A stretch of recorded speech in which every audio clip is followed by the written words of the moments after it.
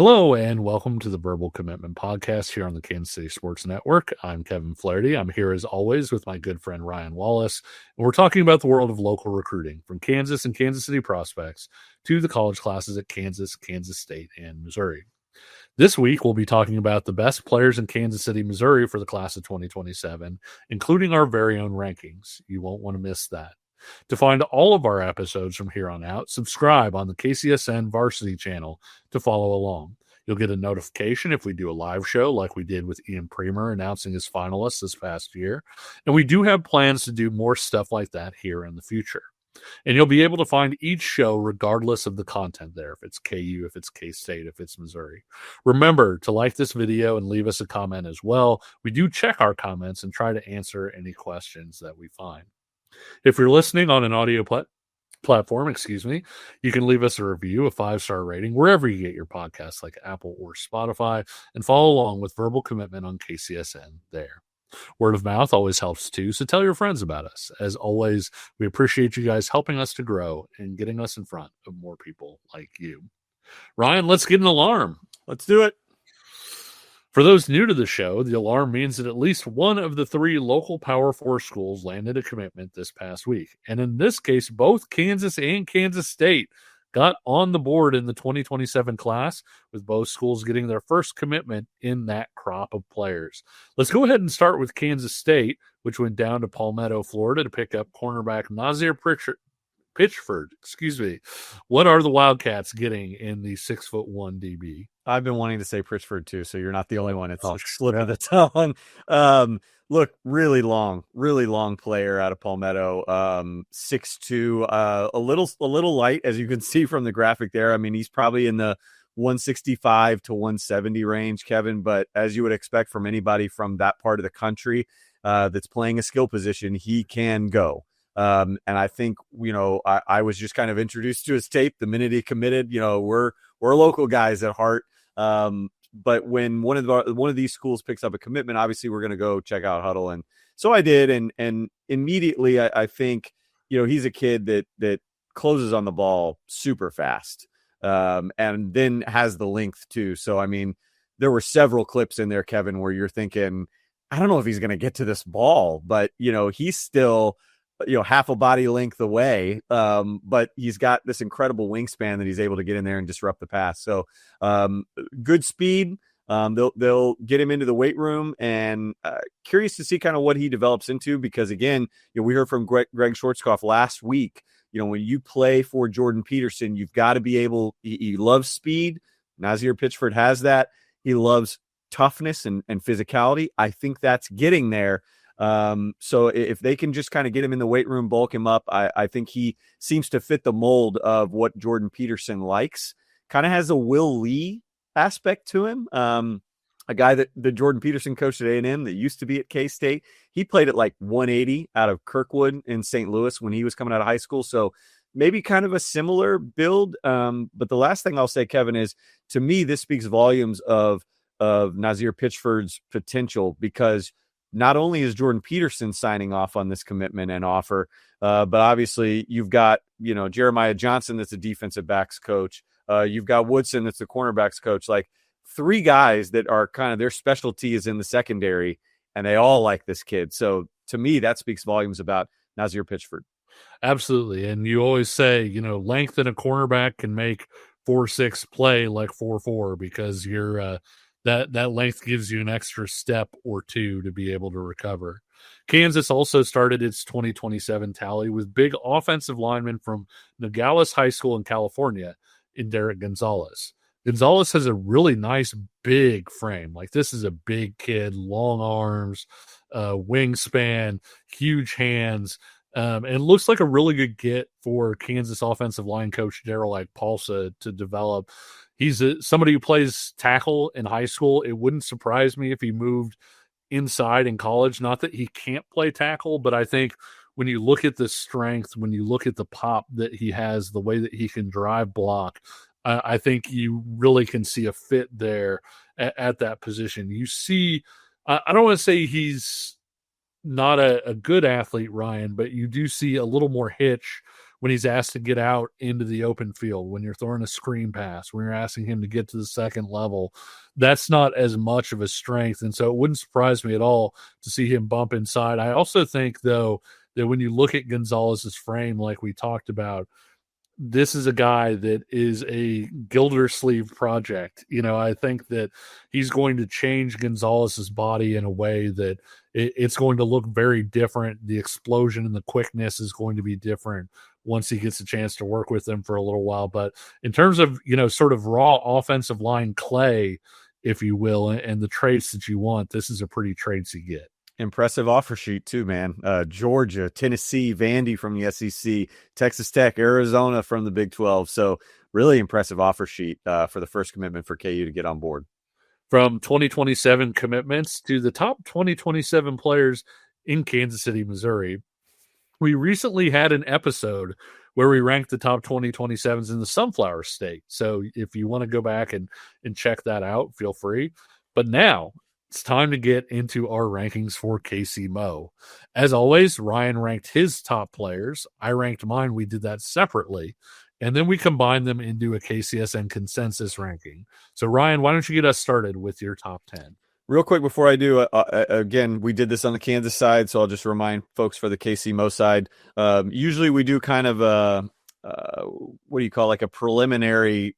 It's a first five. I wouldn't even call it like a top five at that point of the season. Before the year started, late last summer, Kyler Kuhn was number one and had some other names in there, so you can go back and find that. I can't remember off the top of my head. Forgive me. Who else was in that top five? I believe Kobe Rhymes was in there as well. Kobe was two. Wyatt Erickson. Josiah Robinson was third. Bryce Thompson fourth, and Wyatt Erickson fifth. There it is. Okay, thank you. So that was kind of our first five. This is what we like to consider our first real true rankings of this class. And like the industry, we will continue to update them through the year. Okay, that being said, that out of the way, let's get to my top 10. This is how I see it heading into critical offseason for these. Again, these are juniors going into their senior seasons of football next fall. I've got to shift at the top. Kyler Kuhn goes down to 2 for me, making way for Prince Goldsby out of Blue Springs South, defensive end. We will talk plenty about him, plenty about kind of that top 3 as you see it there, still later to come. So again, for me, Prince Goldsby, number 1. Number 2, Kyler Kuhn, St. Pius offensive tackle. Kobe Rhymes at number 3 for me, the North Kansas City linebacker. But again, we're going to talk about it collectively here. The difference and the separation between those guys is all very tight for me. We'll see if it's that way in the consensus as well. For number 4, Lee Summit offensive lineman Will Seiler. I am super high on Will Seiler as my number 2 offensive lineman on the Missouri side. Impressive frame, big time kid that's just starting to pick up some steam when it comes to offers in the recruitment. Speaking of offers in the recruitment, Chris Harris Jr., speedster out of Lee Summit West, is number 5 for me, starting to pick up all sorts of attention. Missouri, he's got an official visit set for them in June. Kansas State is now on board. He is a kid that can really electrify as an offensive skill talent and in the special teams department. Speaking of speed in the special teams department, our jack of all trades, our versatility knife, Josiah Robinson, comes in at number 6 for me. So he's just outside of the first 5 that we had him in originally. Lee Summit North DB, he was a difference maker as a junior for Lee Summit North, and I expect him to continue to do that heading into his senior season. At number 7 for me, Tavion Hayward, Liberty North offensive lineman that just picked up his first FBS offer from Florida Atlantic this week. Kevin and I were super impressed with him when we got to see Liberty North play Lee Summit. So impressed that he makes my top 10. At number 8, Wyatt Erickson, a slide for the Blue Springs quarterback outside the top 5 for me. But again, I don't know if that's a reflection on Wyatt's junior season performance. I thought he was rock solid, just had a couple other guys athletically and at some important positions, not that quarterback isn't, that I think maybe translate a little bit more to a higher level, but not to say Wyatt Erickson can't get there. Very accurate, prime for a big senior season. At number 9, Blake Thomas, Rockhurst, and I put athlete. He plays every side of the field for Rockhurst. He's on special teams, cornerback, wide receiver. Look, this kid's just a ball player. I absolutely was blown away by him when we saw him against Platte County in the playoffs. Rockhurst nearly upset the what is now two-time state champions from Platte County. I was just overwhelmed at the amount of times you heard Blake Thomas's name on all sides of the ball. He was a real thorn in the side of Platte County, and I thought that was a statement for him and for me to have him in my top 10. And rounding out my list, Trace Collier. I'm going back to the Raytown well. How many times is it? We had Larry Porter. We had Armand Weathers. Now it's going to be Trace Collier. Word out of Raytown. Like, I don't know if he's going to be Larry Porter the fourth, but I think right now, in terms of where he is going into his senior season, might have more balance. That there might be more there, even if maybe he doesn't have quite the athleticism, right, that Larry Porter had. But I think he's got the potential to be every bit as dominant as a senior. Really eager to see what the offseason brings for his recruitment. He is at number 10. That is my top 10. Mr. Flaherty, I will hand it over to you. Any thoughts on mine before you get to yours? With Trace Collier, reminded me a little bit of Jerron Burks turning on the tape in terms of a guy that plays faster than his 40 time, gets on top of DBs and is able to run by them as sort of a little bit longer target type guy. I really liked your list. Blake Thomas is unbelievable when we saw him in that Platte County game. A lot of the other guys that we're going to have are going to be pretty similar. They may be in a little bit different order. But those were the two guys I think you had that I didn't have on my list. But again, we like a lot of these guys. Like, there were guys that missed our list down to 14, 15, where you could make an argument for, hey, this person could be on my list, and they may well be on our postseason version. Right. So with it being my turn, unlike in Kansas, Ryan, we had a different player at number 1. So I went with Kobe Rhymes, the linebacker at North Kansas City. Here's the thing, though. In a lot of classes, you have a no doubt number 1. In some, you'll have a two-way battle for the top spot. But in this class, Ryan, I really believe you could have come with Kobe Rhymes, Prince Goldsby, or Kyler Kuhn in any order, and I'm not sure I would have argued with you. I went with them in this order that you can see here on the screen if you're looking on YouTube. If not, I'll talk through them really quickly. You had Goldsby number 1. If somebody had Kuhn at number 1, I'd have heard that case as well. I like Kobe Rhymes because of his terrific athletic profile. He's got great speed. He reads things well. He triggers decisively on defense, and on offense, he's a playmaker at running back with great size and acceleration. We've talked before about how his athleticism shows up when he's an all-district performer in volleyball as well. I'm just a big fan of his game. Goldsby I had at number 2, followed by Kuhn at number 3. Chris Harris Jr., the wide receiver at Lee Summit West, was at number 4. You talked about the speed. One of the things I love, Ryan, with Chris Harris is the ball skills and the way that he tracks the ball in the air. There are a number of times where he's open, the football isn't necessarily, right where you would like it to be, and he goes and tracks it down anyway. He's very skilled. So he was at number 4 for me, followed by Will Seiler, the offensive tackle at Lee Summit. So if you're paying attention, Ryan and I flip-flopped Harris and Seiler at 4 and 5, or at 3 and 4, or 4 and 5, sorry. Tavion Hayward at Liberty North was my number 6. I really liked his feet, and a guy that I was higher on is Dang Tong, the wide receiver at Oak Park, who I had at number 7. We'll talk more about Tong here in a little bit and maybe why I had him higher in my rankings, but the short of it is speed, and more speed. Lee Summit North cornerback Josiah Robinson is at number 8. You talked about his versatility this year. He shows up on offense as a wildcat quarterback, a running back. He's an unbelievable return man as well. And cornerback is his best position, but he brings all kinds of value with his athleticism. Blue Springs Wyatt Erickson had an excellent year, and I really thought he displayed improved arm strength from his sophomore year to his junior year. He's at number 9 for me.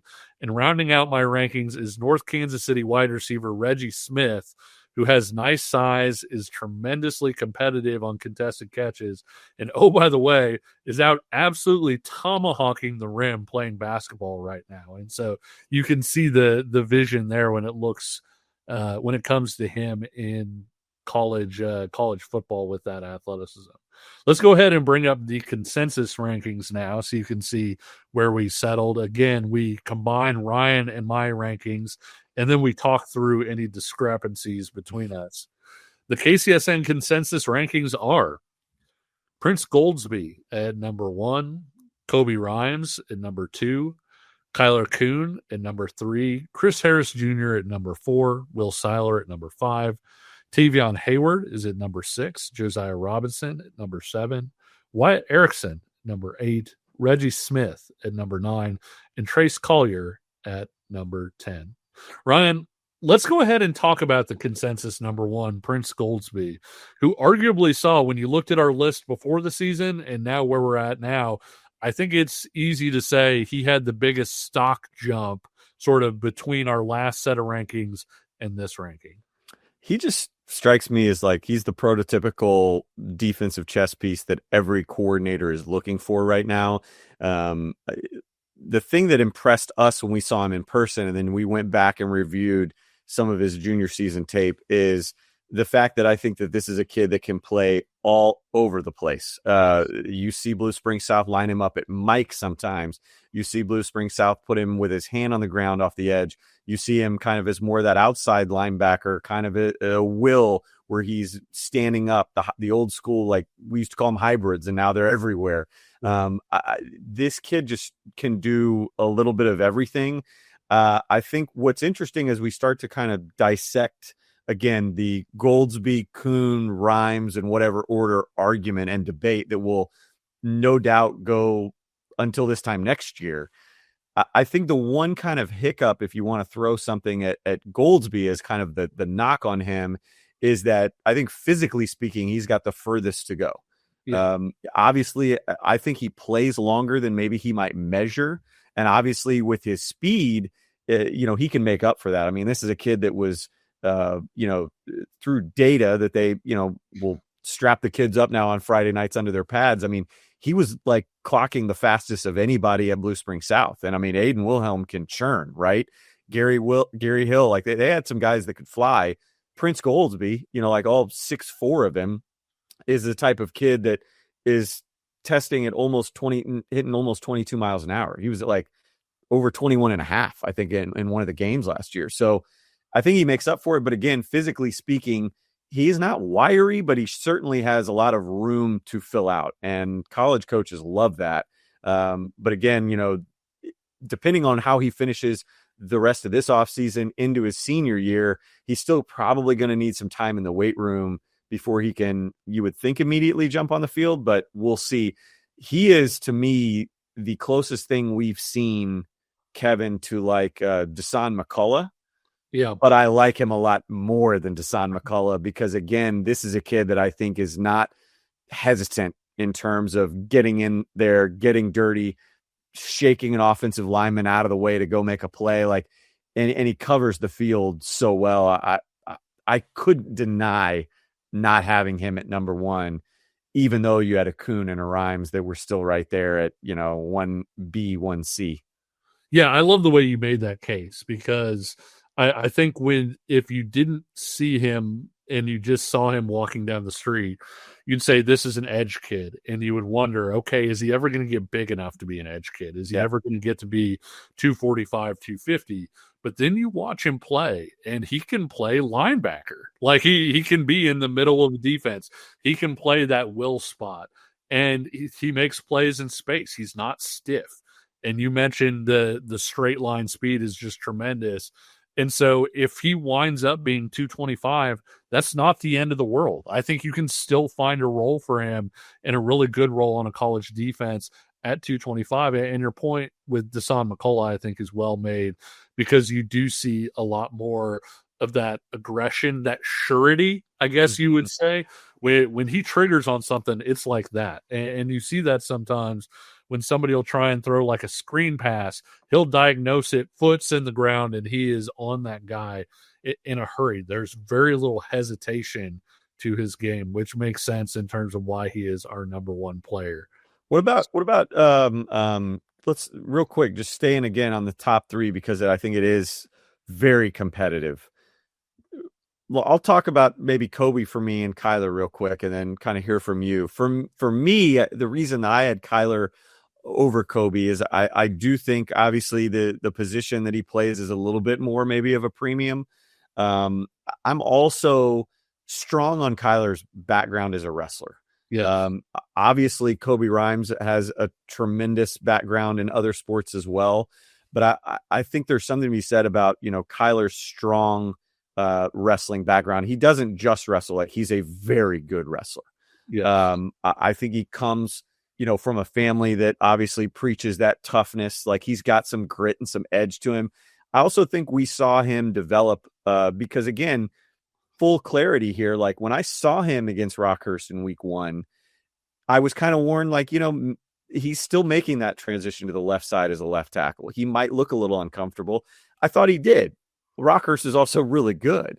Sure. But I also went back and you watch his junior tape and he gets more comfortable on that left side. I think he can stay at tackle, maybe on the right side where he's a little bit more comfortable, I think naturally, or he can slide in at guard. And I think that the final 5 that he has right now, which are, he just announced this, Missouri, Nebraska, Penn State, who do you have? Oregon and Iowa. I think all 5 of those are really good fits for Kyler Kuhn. We don't know kind of where Kobe Rhymes is yet, but for me, I feel like he's got to pick the right place for him. I think it's got to be a good fit. And again, we don't rank based on where you're going to college, but I did think about that a little bit is, where's Kobe going to play? I think he can stay at Mike. I think he could play, strong week. We'll see. But there's obviously a learning curve that comes with that for anybody that plays linebacker, depending on the system. Is it a 3-4, 4-3, whatever. I think with Kyler, I think that the natural transition is going to be just a little bit easier for him. Good footwork, good length. And again, already has a pretty good frame. I think arguably he has the most ready frame of anybody as it is right now. And I know he's only going to get bigger. So that's probably the biggest pro for me and why I had Kyler 2, Kobe 3. Kyler's wrestling background really shows in the way that he generates leverage. And I mean, specifically when he latches on for a block, if somebody starts to get off that block, or even if his angle is wrong initially, he's able to readjust and get to where he needs to be in order for his angles to be right. And so I'm a big Kyler fan. Like I said, I think Prince, we talked about with Kobe, I think specifically the position on the field where athleticism matters the most, and this may surprise some people, at least from a speed standpoint, is linebacker. When you look at what people run and then how that equates to having a better career, the hit rate is highest with linebackers. And I think when you look at Kobe's athleticism, it shows up. You mentioned it off air. It shows up a lot when he's a running back, right? Yeah. Like you may even notice the athleticism more as a running back when he goes out for a route and he runs past to safety or something like that, or he gets out of the open field and you can see the speed. I really think that makes him a great fit for today's sort of linebackers. And I agree with your overall point in that I think there are some places that Kobe could pick to go to school that would not be good fits for him and there's more of a chance. I hate to say the word bust because I'm not saying that he has bust potential, but what I'm saying is I think Kyler is kind of in the safe where he's going, where he's going to have a chance. And with Kobe, there's chances where he could be unbelievable, and there's places where it would be a little bit more difficult for him. And so I'm very interested to see if he releases his list and ultimately commits, because I do think that for Kobe, there are going to be some places that are right fits and some places that are maybe wrong fits. No doubt. We'll be right back with more talk about the top players in KCMO in the class of 2027 after this. I'm Brett Goodwin, one of the owners of The Learning Tree. The Learning Tree is a neighborhood toy store in Prairie Village, Kansas. This has been here in this location since 2000s, and my husband Alan and I purchased the store in 2023. Alan and I grew up in families where we've always wanted to have a business together. Alan grew up, for instance, his parents had a jewelry store. I worked in a local toy store here in Prairie Village when I was growing up. When this opportunity happened in 2023, we knew right away we wanted to contact them and pursue the store. We wouldn't have been able to get the store without the team at Emprise Bank. From the day we contacted them, they knew what we needed to do, which was very helpful. I would absolutely recommend the team at Emprise Bank to anyone looking to secure a business. We worked with Emprise from day one. They were extremely helpful. They were always great resources. We talk to them frequently. They know the area. They're very friendly. We know who we're going to talk with, and they know what we need to do. We hope we'll see you at the Learning Tree. Welcome back to the Verbal Commitment Podcast here on KCSN. A quick reminder that you can follow along with us on Twitter/X at verbalcommit_KC for clips from the show, conversations about local players, and even the odd highlight. And subscribe on KCSN Varsity to see all of our shows here on YouTube. Ryan, we really had a lot of trouble separating the wide receivers in what looks like a really strong group in the city. And I teased this a little bit earlier, but I was a bit higher on Dang Tong. You were a little bit higher on Blake Thomas. Let's go ahead and start with Tong. I get why you preferred other guys. He needs to continue to add polish as a receiver and as a route runner. I'm very interested to see him on the camp circuit this spring and summer to see how he's improved in those areas. But when you take it down to brass tacks, this is a guy who's 6 feet tall, legitimately 6 feet, and has legitimate 4.3 speed. Not your cousin's 4.3, not the 4.5 that every high school player says they can run. He's a legitimate 4.3 guy. He was a 10.7 100-meter guy as a sophomore when he had an almost 23-foot long jump as well. Nebraska's Matt Rule said once that the guy who scares him most as a defensive coach isn't the guy who runs great routes. It's the guy who can just run a go route and just run past your defense. And that's Dang Tong. You know, I really enjoy the way that Oak Park uses him, Ryan. They're really creative. He gets the ball on, you know, here you see him lining up almost in the backfield and catching a short pass before turning on the acceleration. There's that 4.3 speed, by the way. He's gone. You were not catching him at that point. He's lined up at outside receiver here. You know, he catches that pass over the middle, and again, he's gone. And I think when you look at, they even line him up at running back and kind of run some option stuff to him. I think you're going to see that here, Ryan. Here's the pitch, and hey, guess what? He's gone. He's gone. And so I think when you look at Dang Tong, yes, he's going to be a wide receiver / offensive weapon, but I think just the raw speed combined with the fact that he does have pretty solid size for that speed makes him somebody that was higher on my list, because I think you can teach a guy how to run routes. You can't teach a guy to be 6 foot and run 4.3 and be able to use him in different ways like that. I think the last part, what you just said, is probably the biggest thing going against my thoughts on Dang Tong. Obviously, he was not in the top 10 for me. And I think that's really well put, that, okay, well, we'll teach him how to be a better route runner. You know, we can teach him to do some stuff. Because for me, going back to another thing you said, I am like the exact opposite of Matt Rule. Like, I've seen kids that aren't the fastest, but because they are sensational route runners, can carve you up, and suddenly they're open without being the fastest guy in the world. And I've seen other guys that run 4.4 that just cannot figure out how to get open. By the way, the reason we like Chris Harris so much is he's both. Right.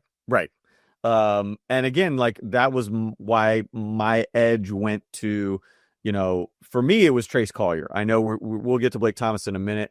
Yeah. But for me, it was, you know, if I'm looking at Trace Collier, Dang Tong, Reggie Smith, Dang Tong has the most offers, the biggest offers. He's got Iowa State and KU. And yet among those three, he's third for me. I think athletically, he is the specimen of the group. For me, I kind of expected to be more wowed by his film. You know, obviously there's still some growth left for him from a physical standpoint. He's not going to, shake out of a tackle. He's kind of a guy that for the most part goes down on first contact.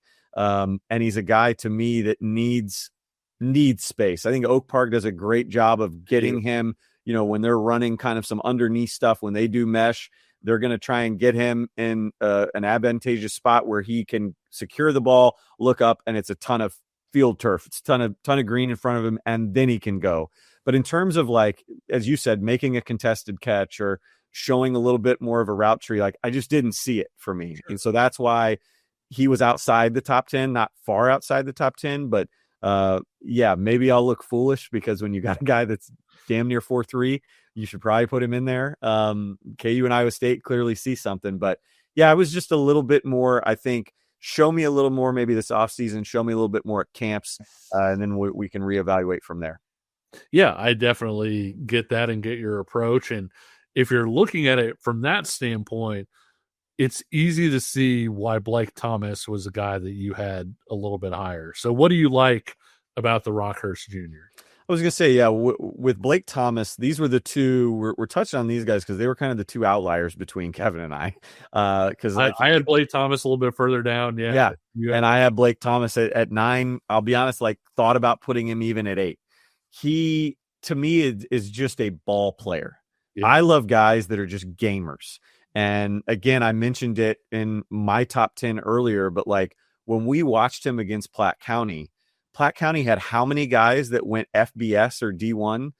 And offensively, like, if it wasn't for Rocco Marriott in that game, there wasn't anybody generating anything, especially at the receiver position. That's because Blake Thomas was like constant locking down guys over and over and over again. On offense, he was getting on the back end of safeties repeatedly. Garrett Miller was teeing off on guys, just throwing bombs to Blake Thomas. I mean, he's got unbelievable track speed. I think that's kind of what put him on our radars initially. But again, then you go back and you start watching film of Blake Thomas, and I like him as a defensive back. I think his ball skills outside of Chris Harris Jr., when you talk about body control, here he is making a huge hit over the middle on Liberty North. When you talk about just the ball skills and the way that he can adjust his body, he's ridiculous. Here he is against Chris Harris and the Lee Summit West Titans, taking a big pick back. Didn't get quite pick 6, but he can take it back. I just love the versatility of this kid. You're going to see him. They can bring him on a blitz at Rockhurst. All these things I think can translate to the next level. Committed to Harvard right now, so he's really smart. The IQ's high. Looking to make up ground here. Everything's there, I think, for him to go beyond Harvard. But that's just kind of, again, another kind of feather in his cap that he's a really smart player too. And again, when you're playing all 3 sides at a program like Rockhurst, look, I know their numbers are down a little bit, but it's Rockhurst. And you're playing all 3 sides and you're an all-state kid. Like, I was just blown away. For me, Blake Thomas was too much of a ball player, a Friday night gamer to not have in my top 10. Again, I feel like he is going to make a living at the next level in the secondary. You talked about liking Blake Thomas a little bit more on the defensive side of the ball. I know you like him as a receiver as well. Another guy that you mentioned off air that you thought, hey, let's take a look at this guy at DB was Chris Harris Jr. Yeah. I'm interested to hear your thoughts on that. Well, I just knew Chris Harris Jr. as, kind of a deep threat, right? Yeah. And I was really surprised when I started to dig into him a little bit more, really before kind of some of these offers started hitting. Like right before Missouri and K-State came on the scene I was like, I should probably go back. I know we're about to rank KCMO, and I need to. Chris Harris Jr. was a guy that we didn't get a chance to see this fall. I said, I need to go back and watch his tape. And I realized, like, he's a little bit more expansive as a receiver than I was giving him credit for. He's not just go route all the time. I mean, This is a kid that can do a little bit more as a receiver. But beyond that, Kevin, you and I have talked about it. Like, the body control for him is ridiculous. I think that there were a number of times where maybe the quarterback didn't put it where you want it, and Chris Harris Jr. said, don't worry about it. Like, I'll still make this catch, and then we'll see if I can take one to the house. Really good player. And again, I think physically, I think he's built better than maybe he's listed at. I'm very curious to see him in person, but I thought overall just his frame and who he is as a receiver was accelerated in in all senses of the word, more than maybe I was giving him credit for coming into his junior year. Body control, ball skills, like you said, somebody gets him into camp, might want to try him out at corner and just kind of see what you have there. But we also tend to like receivers who have that kind of fluidity, who have the loose hips, who all those things. Those of you who remember the Kansas rankings from last year, remember us talking about Tyron Parker. And part of the reason that he was attractive to us was he was a long wide receiver who also showed the looseness of being a cornerback and how that can help as a route runner and different things like that down the road. So, again, if you have Chris Harris Jr. in camp, he may not want to do it, but you might try and convince him, hey, just take a couple reps at corner and let's see what we have here. I was going to say, too, real quick, carrying on the conversation about skill players, Kansas side in 27 seems to lack some of that skill talent. There are a handful of guys, right? But if the local schools are looking for skill talent, they need to make a living in KCMO. I think, we haven't even gotten to Trace Collier, to Reggie Smith. You go down the line, like Zay Height at Blue Springs was another guy that, I looked into that would probably crack top 20 safely.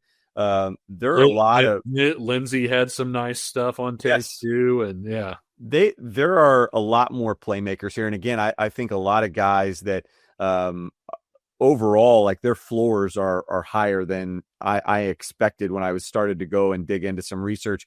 And again, for me, that's where I had Trace Collier just a smidge over Reggie Smith, as I feel like Reggie might probably get him on, some of the vertical stuff, getting deep. I mean, we saw the game against Park Hill where he was just unstoppable. But for me, Trace had a couple more wow moments in terms of running him over the middle. His catch radius is ridiculous. And I think the route tree was maybe a little bit more for me. Again, I've talked about, I like seeing a little bit more of that route tree for Trace Collier than maybe it was Reggie Smith. But man, Reggie's right there. And I'm equally as high on him, just as kind of an underrated recruit as you are. By the way, I wrote an article for the Kansas City Star on Kobe Rhymes doing the football volleyball thing. One of the things Kobe said to me, Ryan, is he's trying to recruit some of his football guys to come out and play volleyball with him, and Reggie was one of the guys he mentioned. So smart. If that winds up happening, I think you and I might have to go out and catch a couple North Kansas City would love to matches, because that would be pure, absolute cinema. Would love to. So that would be pretty awesome. Ryan, we always ask for the hardest omission, and I feel like we usually are different on this, but we both kind of came up with the same guy in Thomas's Rockhurst teammate, Cash Lewandowski. And you were talking about skill position talent. And I had a hard time finding the right spot to rank Cash, because I think we both love him, but there's some question of what exactly is he at the next level? No doubt. I think for both of us, it was, again, we talked about those receivers. You had Trace Collier, Reggie Smith, that were kind of in the 10-11 ballpark for us. And then Cash Lewandowski was right there. I mean, he was the guy, like, once we got past those receivers, if we had a top 12, Cash Lewandowski would be in it. I'm higher on Cash Lewandowski than I was Cal Arndt. That seems to be the common comparison across the Metro. I think Cash Lewandowski has a different set of athletic ability to him, more burst. And even though maybe he's not as stocky as Cal Arndt was, when you roll the tape of Cash Lewandowski, he will make guys, he punishes guys. I mean, he makes you think about coming up and hitting a quote unquote, little guy. Boom, boom. It's over and over again in his tape. He's built really well. Like he's compact. And again, I think he's got nice speed, good vision, just tenacious guy. The other thing that I love about Cash Lewandowski, and again, why it was hard for me to keep him out of the top 10, Kevin, is this is a guy for Rockhurst that played and started both ways. Yep. So it made me go back when I was going through my rankings and go, what could he do as a fresh running back, right? I think he's more of a running back than he is a linebacker, excuse me. I think that's where his future is. But I'm also like, man, if this is what he's doing, playing God knows how many snaps every Friday night, like what's he going to do at the collegiate level when he gets to come out and get some water, get some oxygen, let the defense, and then be fresh again.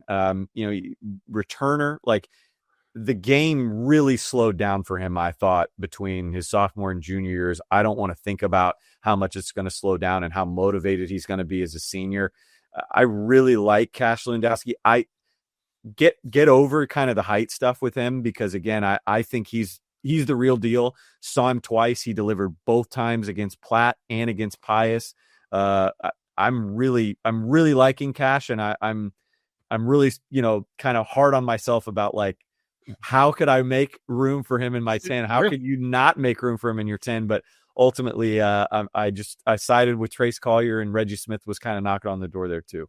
Tackle by Lewandowski, carry by Lewandowski. Yeah, it's very easy to see how that would basically tire you out a little bit, but he doesn't seem that tired. I mean, he does a fantastic job, just an unbelievable football player, and he's going to be a tremendous asset to somebody to get into their program with his toughness, the way he's going to treat, strength and conditioning. Yes. And then what he's going to do on the football field on top of all of that. So fascinated to see him as a senior, because I think he's got a great career ahead of him. Super shifty, and let's be honest too, like one of the most like easily likable guys. Yes. Prospect kids that we came across this last fall. I mean, easy kid to root for.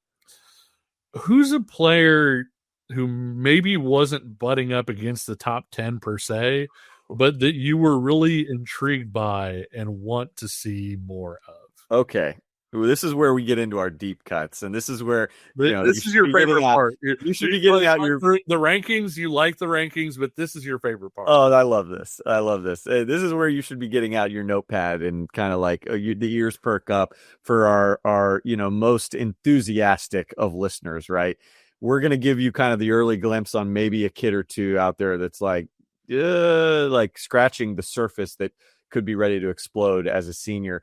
And I'm going to leave one for you that, ironically enough, and I won't say any more because I want you to have the floor, but ironically enough, as we were prepping for this show, we're talking about like, who's your deep cut? We were both going to pick the guy that I'm going to leave you, which is crazy when you find out who this player is and where he's from. But anyway, slight teaser. I'm very happy, though, with my other pick from Grain Valley, defensive tackle, Big Maui Sua. When you watch this defensive tackle on tape, I'm like, man, how did we not hear about this kid more, right? Defensive tackles should not be able to do this. Watch him track down Platte County 20 yards downfield. And it's like that over and over in his tape. He's a really strong player. He's a high school wrestler as well, and that comes out on tape. Just incredibly powerful, understands leverage. I think, look, the technique is still pretty raw there. Here he is, kind of more outside as a traditional defensive end in that kind of three-man front. But again, I think technically, fundamentally, sure, he's still kind of a ball of clay, still very raw. But some of the things that you were able to do, I was going back to his tape. Like, I'd watch it for a day, and then the next day I'd be thinking about it, rankings again. I'm like, I need to click on Maui Sua again. Like, am I overthinking this? Am I crazy? Like, this guy looks the part, and he's 6'3". I think he's probably playing in the neighborhood of 265. I think he wrestles a little bit heavier than that. So clearly I think he's got a frame to get up more in that like 290 ballpark. But again, Kevin, the leverage, the strength that he plays with, the way that he's transitioning that power from the lower half up into his arms. I think that there's just a lot to like about his potential. And again, you shouldn't see guys that are defensive tackles being able to cover sideline to sideline the way that he does. We were talking, he kind of reminds us of a Hiram Viano that went to Butler County from Free State a year or two ago, a guy that was really big, that would chase often, like repeatedly on snaps, and then get back and just do it again and not ever come off the field. Maui Sua seems to be that type for me. And I'm really intrigued to see what he can become, because again, Grain Valley this year was his first year with the Grain Valley program, came over from Northeast High School in Kansas City. So folks are like, well, Grain Valley's been good. Like, how have we not heard about Maui Sua? because he was at Northeast High School. All due respect to Northeast High School, not a place that you're going to initially seek out huddle film, right, of playmakers.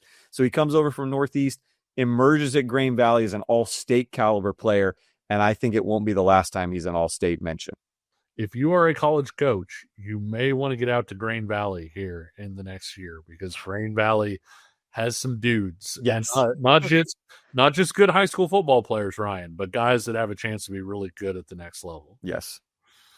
It feels like you can usually count on me picking someone in the trenches or maybe an edge for my deep cut. And I did it again. And you did as well, Ryan, with Lamar defensive end Taron Williams. He's listed at 6'4", 205, the kind of frame that you usually see guys blow up with. He's a basketball player. Check. He's a state champion discus thrower. Check. And Ryan, edge players who were high school running backs have significantly higher hit rates. And you know what Williams plays on offense? Running back. Let's roll the tape. Let's roll it. Taron Williams is a guy, you see him coming off the edge there. He has all the traits that you want to see defensively. And, oh, hey, here he is with the ball in his hands, making guys miss and getting down the field. This is a guy, Ryan, that I think checks so many boxes. And with him being at Lamar, I'm really interested to try and have a chance to see this guy maybe at a combine or a camp or something like that. There you see him using his hands, disengaging and getting to the quarterback really quickly. He's still somewhat raw, I feel like, defensively. Yeah. But he shows all of the things that you really, really want to see from an edge guy. And that's before you get into, hey, this guy's really strong. He throws the discus a long way. He's a state champion at it. Oh, he's got good feet. He's a basketball player too. Oh yeah, he's a running back as well. There are just so many different things that I think Williams really checks off. How about for you? Because I know you picked him as well. Well, yeah, I mean, it's easy, I think, for folks to say, gosh, like we tune into the show and all we ever hear about is class 6, class 5. Here's class 2, Lamar, Taron Williams. I was just floored when I first put on the tape of him, just within the last couple weeks. He, again, we've seen guys that are 6'4" at maybe that level that do some nice things, but like he is like, you know, shedding guys. And you're like, again, okay, class 2, but then he's doing things though at that level that are impressive. And then you think he's 6'4" doing the things that he's doing, particularly on the offensive side of the ball. And that's when it was just like unmistakable. This is a player that needs to get more love because, again, he's a unicorn at class 2. I think he could be a unicorn at even higher levels than that. And again, I think once more coaches are able to see him maybe in a combine setting, again, I think they're going to be able to see a player that's like, whoa, there's a lot here for us to work with. And he's just scratching the surface. He strikes me as a guy that like this summer could really, really explode. And it might not be, again, a Missouri level, right? Might not be KU, K-State level, but that's not to say that, again, with where he's at right now at a class 2 kind of development, that he can't one day, someday be playing at the highest level of college football based on what we're seeing on film. Absolutely. By the way, another guy that is a defensive end that I know both of us are very interested to see over the next year, another raw defensive end type guy, is Carlos Clark Jr. over at Liberty North. You know, when we went out there, saw them against Lee Summit, he didn't play because he was too raw, and Lee Summit, quite frankly, they're going to smash you in the face, right? Like you don't want a guy who's learning how to be a defensive end out on the field in those situations, because you can get hurt and look really bad against kids don't want to hear this, Kevin, but like Coach Learman was probably doing him a favor. Yeah, like that would have probably ended up being bad tape, right? Yeah. So like, but the thing is, like, seeing him in person, like, and physically, he is what they look like. And so when you think about the way that Liberty North program develops guys, the way that they develop them through the weight room, the way they develop them as football players, this is a guy who was a wide receiver not very long ago. And so I think Carlos Clark Jr. is another guy that he wasn't necessarily somebody that I was like, oh, I'm really intrigued by him in this spot.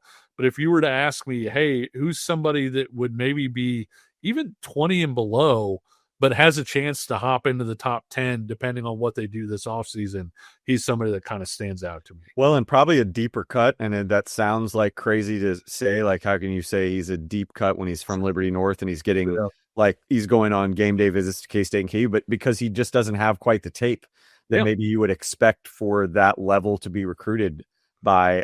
Again, you said still very raw. For our Kansas and K-State listeners, came to Liberty North from Osawatomie, so there's a Kansas background here. But yeah, he's a kid that like immediately first team off the bus type kid once everything comes together for him, and I think it will this year. I think last year was what he needed. Yep. Look out. Yeah, that'll be a name that, again, you'll understand why KU, K-State, Missouri, all those schools were in early on Carlos Clark Jr. We've seen a lot of those guys, kind of get their feet wet a little bit and then explode, whether it's a Sam Sameh or somebody like that. It's not an unusual path for a guy to kind of get his feet wet one year, and then the next year he is an absolute dude, and that's a guy that I kind of have circled as well. No doubt. Yeah, I'm really excited just about KCMO in general. Yes. I'm excited about Kansas. You and I have talked about it. I think, look, this Kansas class, we've said it on the ranking show, like it's not kind of what the classes of the past maybe have been. But I do think maybe there's more to work with there overall as a class than people are giving it credit for. There's some more hard-nosed just guys that are ready to work their asses off that are going to end up sticking more than, again, maybe the recruiting industry believes. But with KCMO, this feels like a much deeper, more talented group overall that I think, again, if you're a coach for the Missouri Tigers, Kansas Jayhawks, K-State Wildcats, Missouri State Bears, like I think you're going to see a lot more FBS attention top to bottom for this 27 class on the Missouri side, and rightfully so. Well, that seems like a good way to wrap it up. So thanks to all of you for watching and listening to the Verbal Commitment Podcast here on KCSN. If you enjoyed what you saw or heard, leave us a comment or review. Like this video, subscribe here on YouTube on our new KCSN Varsity channel, or hit us with a 5-star rating if you're listening on an audio platform. And until next time, we'll see you on the trail, and take care.